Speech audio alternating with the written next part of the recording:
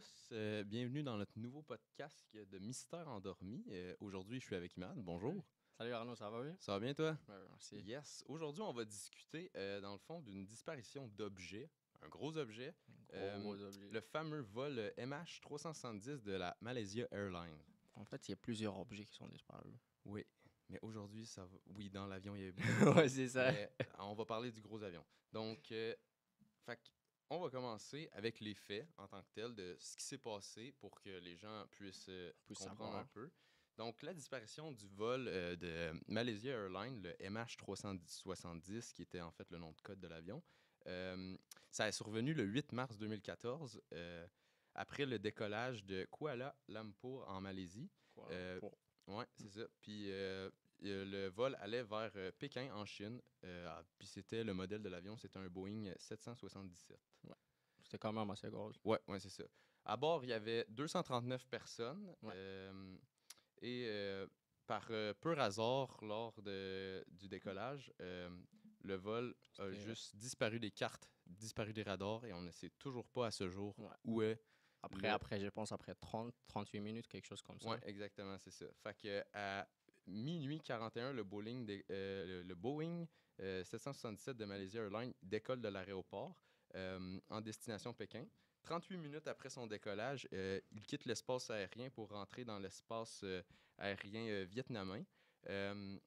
La dernière phrase qui est communiquée à la radio est Good night Malaysia Airlines 370. Puis 2 minutes plus tard, nada. Boum. Il Plus n'y a rien. Disparaît des radars.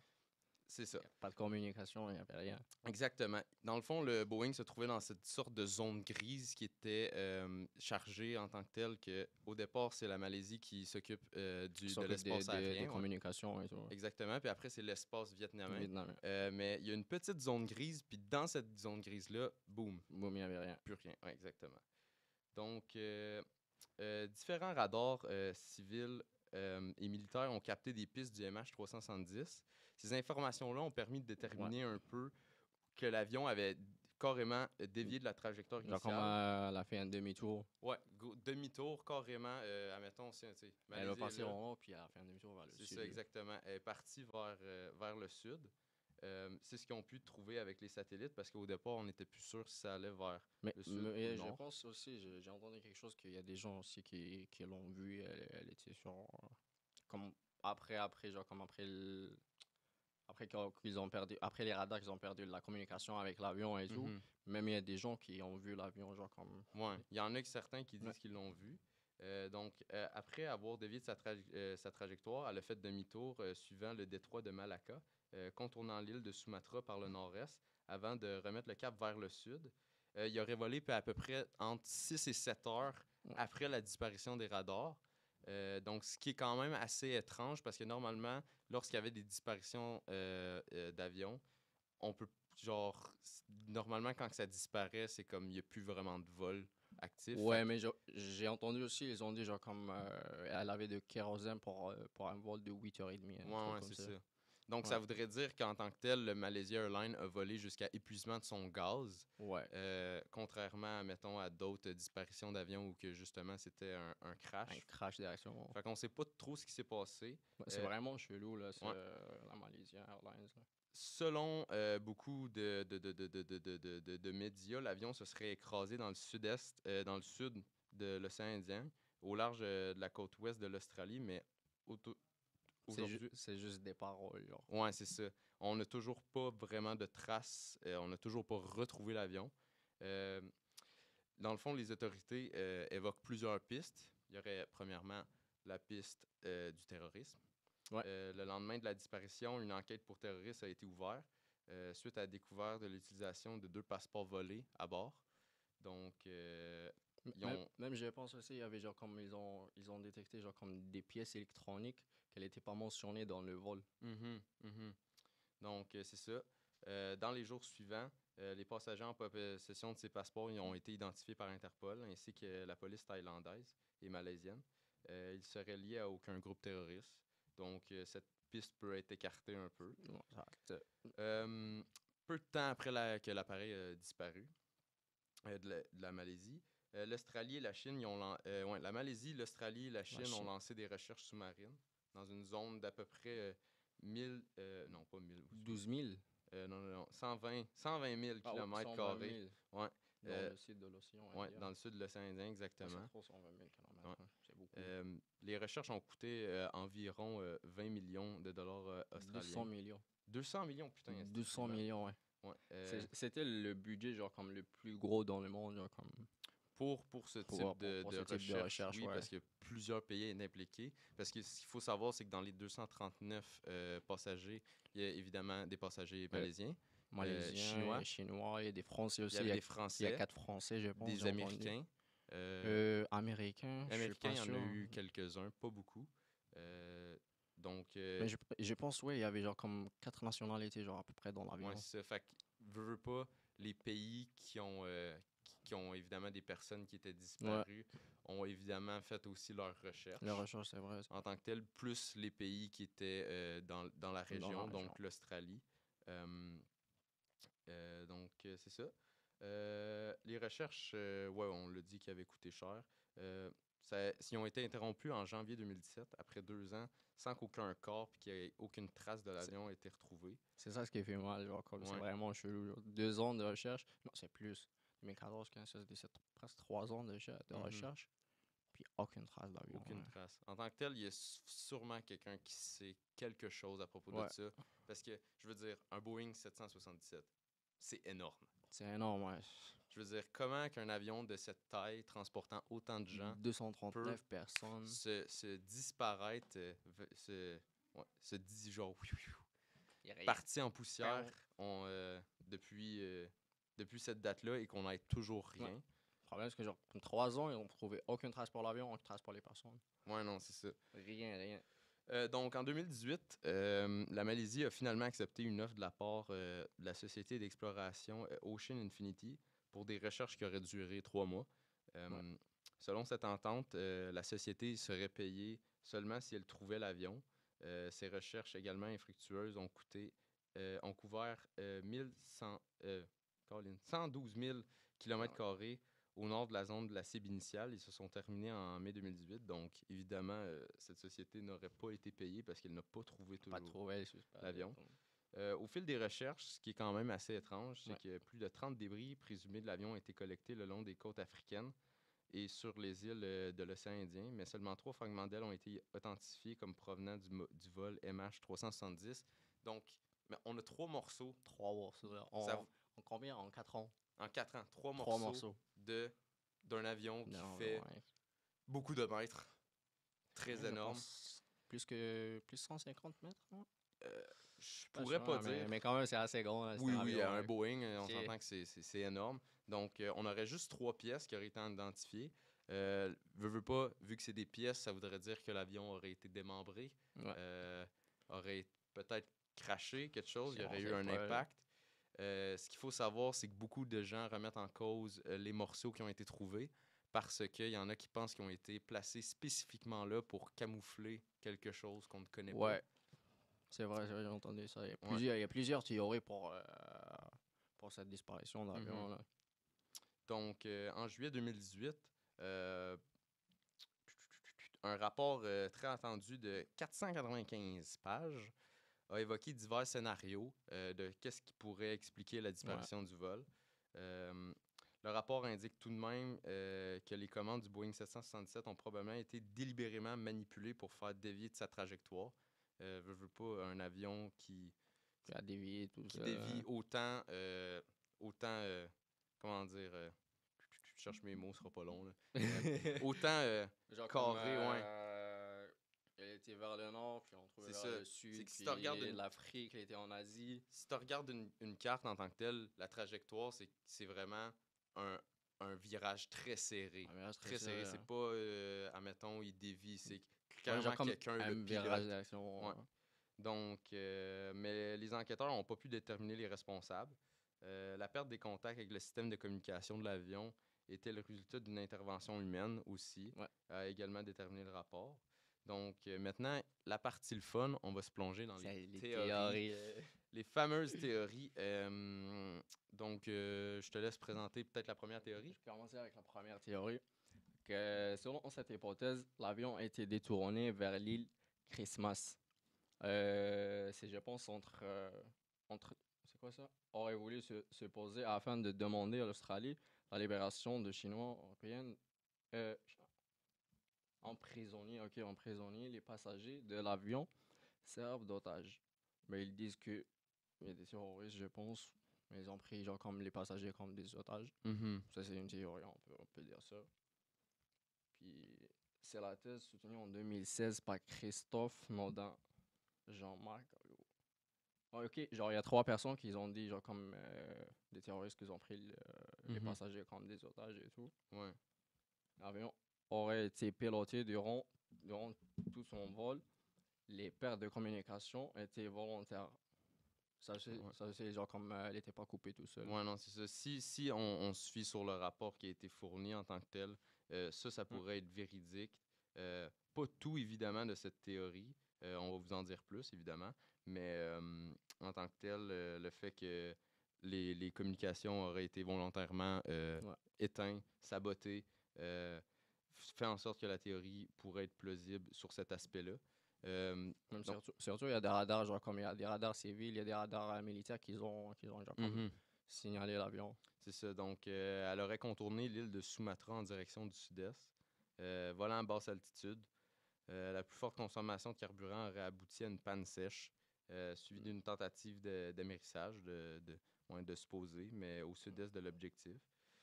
L'avion aurait finalement améri dans l'océan Indien, au sud-est de l'île Christmas. Euh, Mais le problème, c'est qui le responsable qui a fait ça? dans cette histoire, en tant que tel, dans cette théorie, on sait toujours pas Il qui. y a quelque chose là, il y a quelque chose qui sont pas vraiment clairs là, c'est pour ça. Ouais, ça fait que la Genre comme on sait pas qui est le responsable d'éteindre les communications. ouais. On sait pas qui voulait prendre les passagers comme des otages. On Mhm. sait pas qui était dans l'avion. Est-ce que le pilote, est-ce qu'il y a d'autres terroristes qui étaient dans les avions parmi les passagers? Mhm.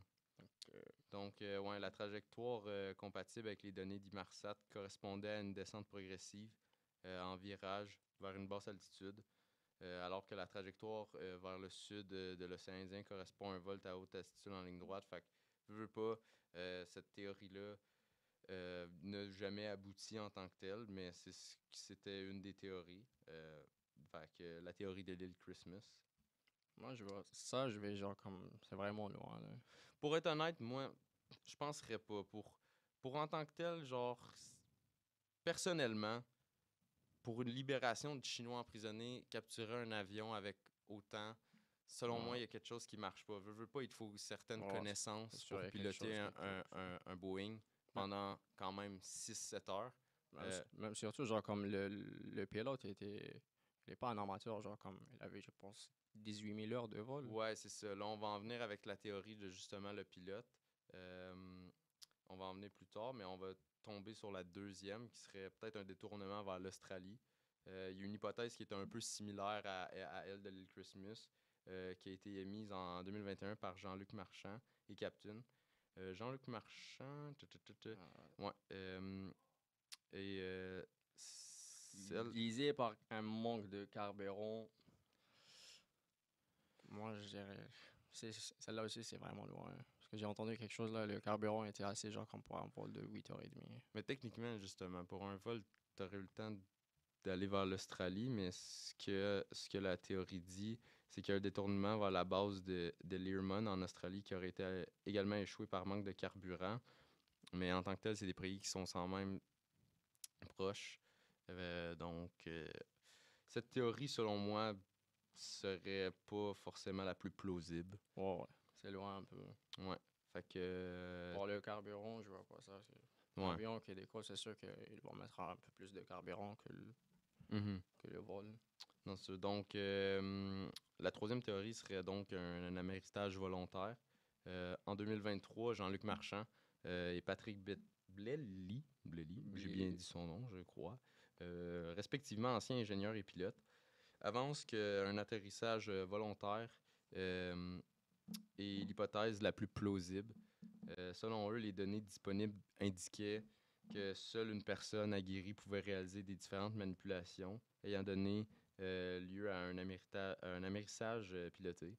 en cohérence avec le faible nombre de débris retrouvés et avec les données satellites qui indiquaient que l'équipement de bord fonctionnait en alimentation allégée et que des données de l'ordinateur de bord ont été remis à zéro.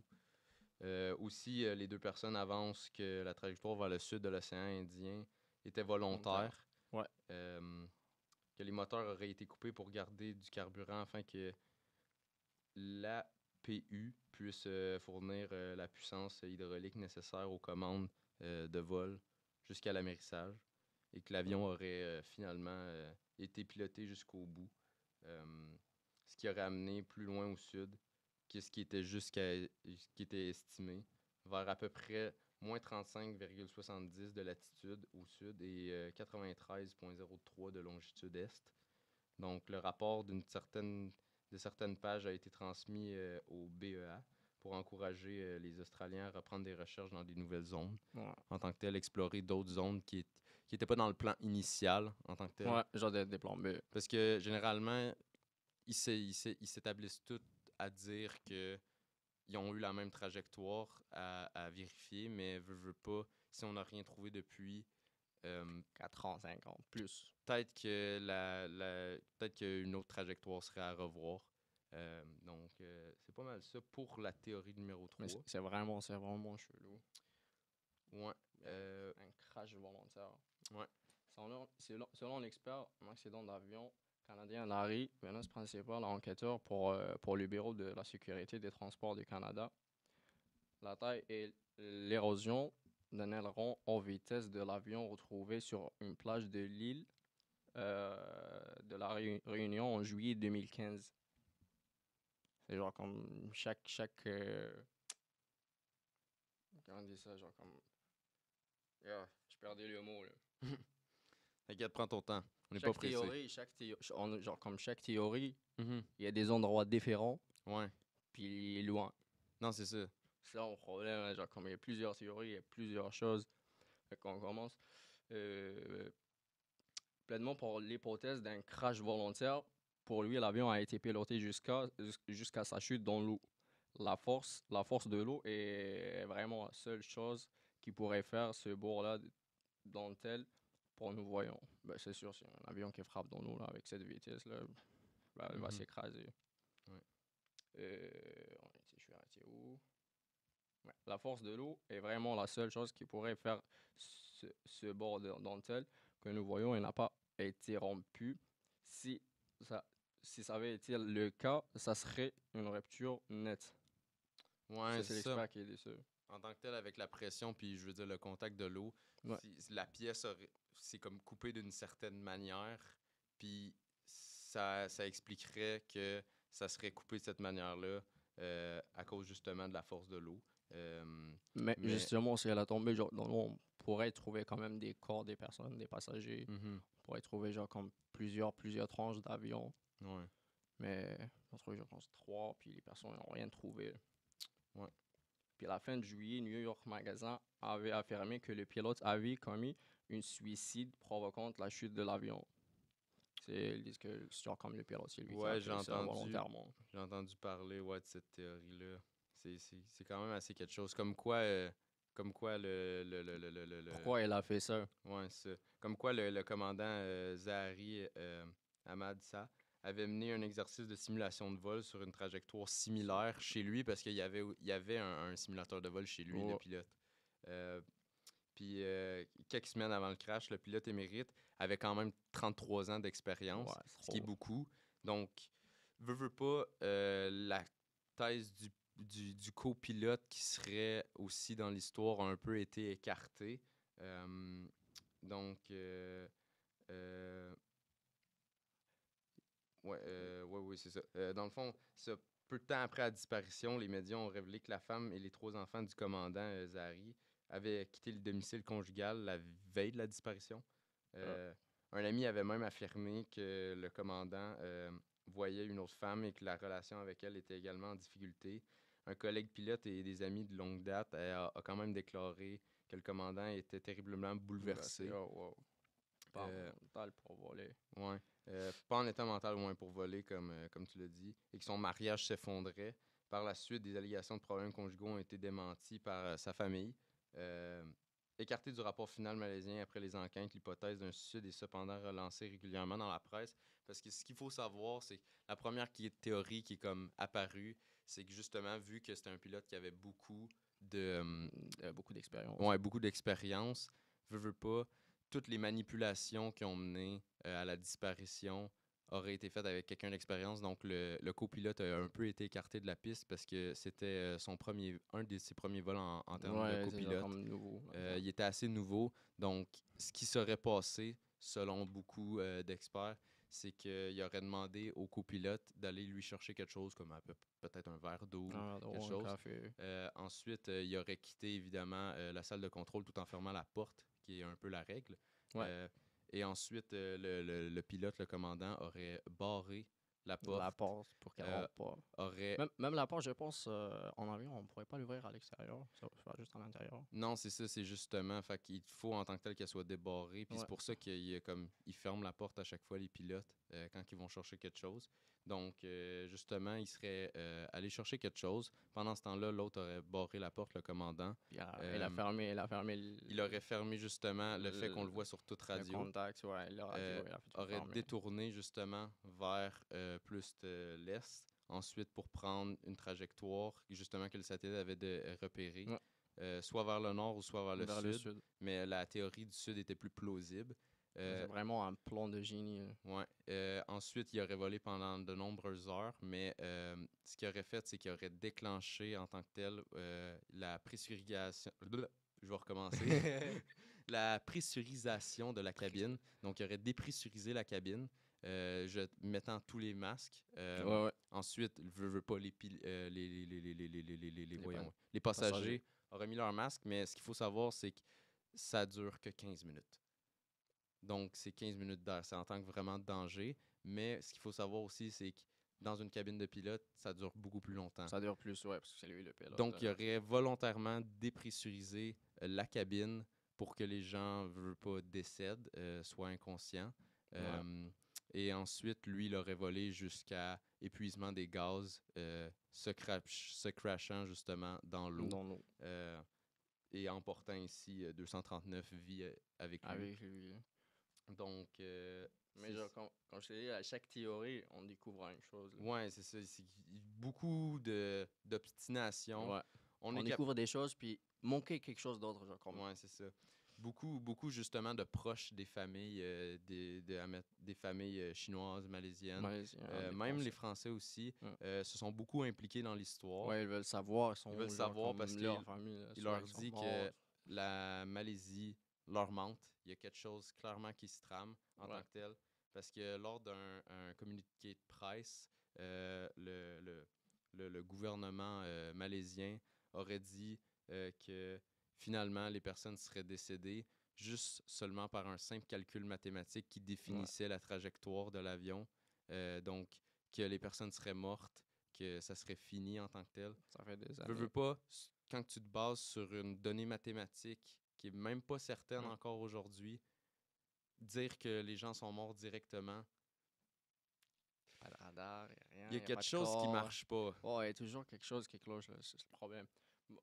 S'ils ont trouvé genre comme d'autres tranches d'avions ou comme des corps, c'est qu'aucun corps a été retrouvé. Ouais. Donc, se baser sur seulement une donnée mathématique et le gouvernement déclare que les personnes sont malheureusement décédées et que c'est peut-être un crash volontaire, c'est bizarre. Fait que beaucoup, les familles ont commencé à dire que le gouvernement mentait aussi puis qu'il y avait quelque chose qui se tramait derrière ça. Ouais, je pense aussi qu'ils ont fait des manifestations à l'aéroport et tout, plusieurs fois. Oui, il y a eu des manifestations aussi à Pékin, justement, devant l'ambassade malaisienne. À Pékin, en Malaisie, Kuala Lumpur. Il y en a eu beaucoup de manifestations.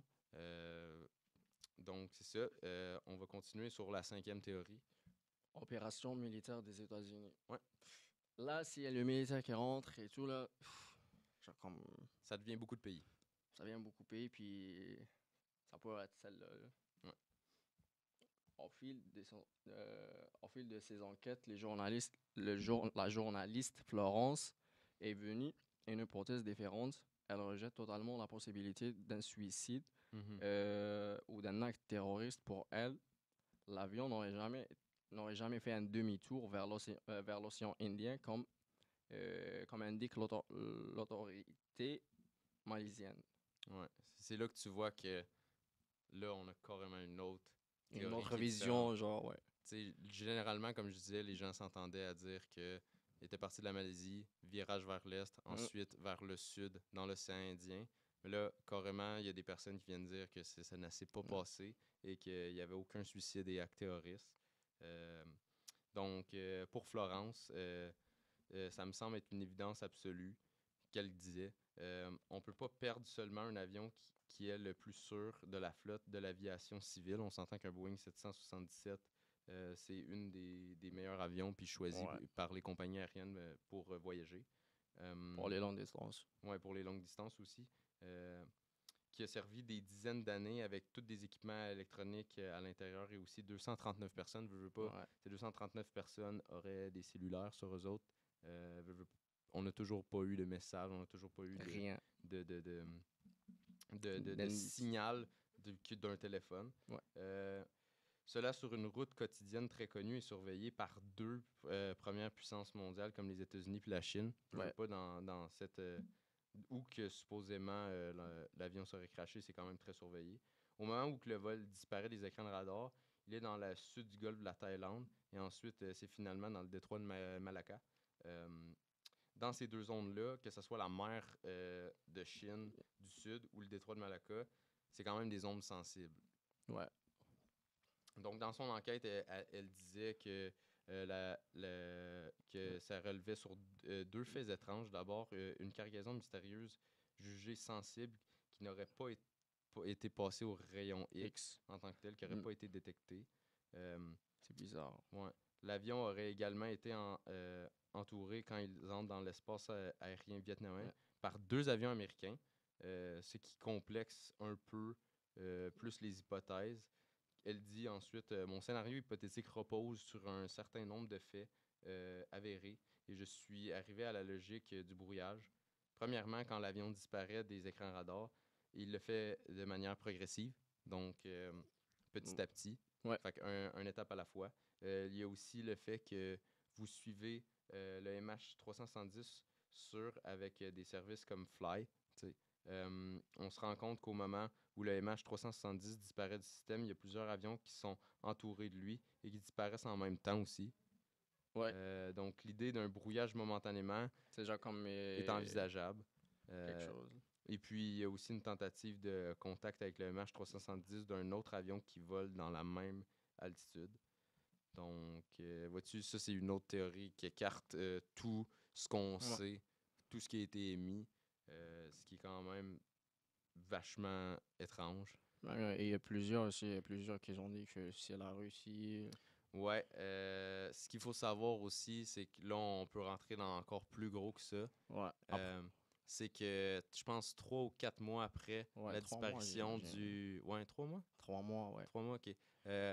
Après la disparition du... Mais je me souviens pas le vol où il était parti, genre comme... Kuala Lumpur jusqu'à genre, la destination, vraiment, j'ai oublié. La destination, j'ai effectivement aussi oublié. Mais dans le fond, 3 mois après la disparition du MH370, il y a un autre vol de Malaysia Airlines qui a été abattu sur territoire ukrainien, selon par les Russes.